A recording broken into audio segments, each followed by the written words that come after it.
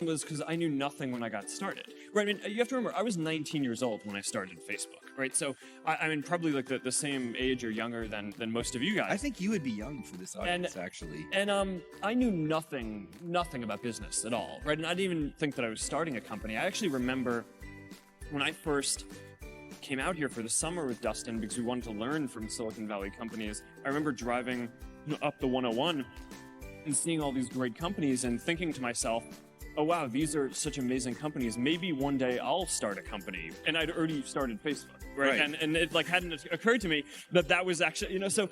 How did you learn? How did you learn? Well, just from a lot of the people around me. But there's so many mistakes that just come from not. I mean, like, I really knew so little at the time. I spent a bunch of time analyzing and reflecting on why it was that we were even able to do it, because all reasons suggest that we shouldn't have been able to do it, right? Because all these other companies had way more engineering power and servers and time and money and all this stuff.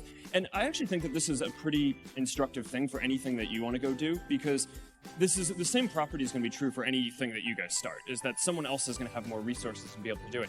The reason why I think we actually ended up being the ones doing it is because we just cared way more about it than everyone else. We always thought that it was this really important thing and really just like felt in our gut, in our heart that we wanted to do it. And, early on, there were always these skeptics saying that, oh, this can't be a business. We didn't actually care that much about it being a business early on.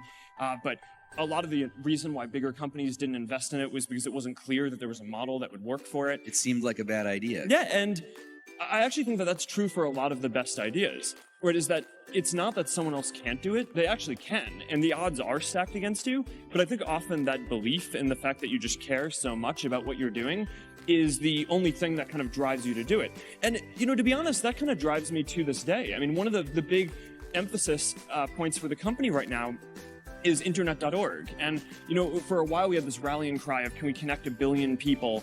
And, when we started talking about that, we thought that was crazy, right? It was way bigger than any service in the world that had been built. And, it was 10 digits long, right? It's like it felt crazy. We'd never get to that. But then the thing is, as we started to actually get closer to that, we took a step back and we're like, all right, well, our mission isn't actually to get 1 in 7 people in the world to be connected. It's we want to connect everyone. So it's a big issue that only around 1/3 of the people in the world have access to the internet. And that's something that we think that we can do something about. So many things go wrong when you're starting a company. And often I think people ask, what mistakes should you avoid making?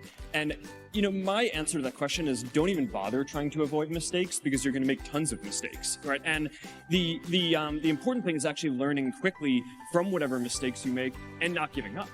Right, and I mean, there are things every single year of Facebook's existence that could have killed us or made it so that it just seemed like moving forward and making a lot of progress just seemed intractable. But you just kind of bounce back and you learn, and nothing is impossible. You just have to kind of keep running through the walls.